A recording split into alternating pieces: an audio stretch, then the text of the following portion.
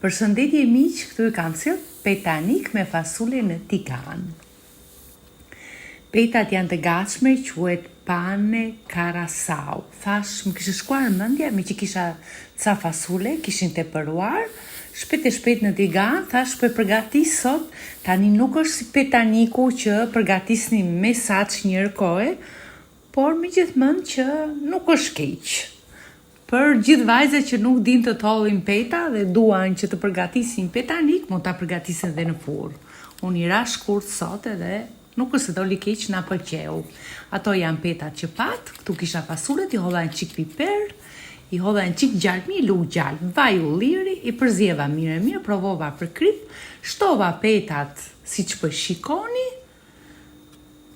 hape mbyll syt edhe furrën nuk e ndeza, i zhytim mirë gjithë petat, ulin flakën tiganit, e mbuloj me kapak dhe lejmë derisa të pikset mirë, shikoni tani, e kontrollojmë, vendosim kapakun dhe është gati për ta shërbyer. Për 10-12 minuta është gati. Unë e shoqërova me turshi domatesh dhe u kënaqa, por edhe me një tarator ose me kos ja vlen për mendimin tim.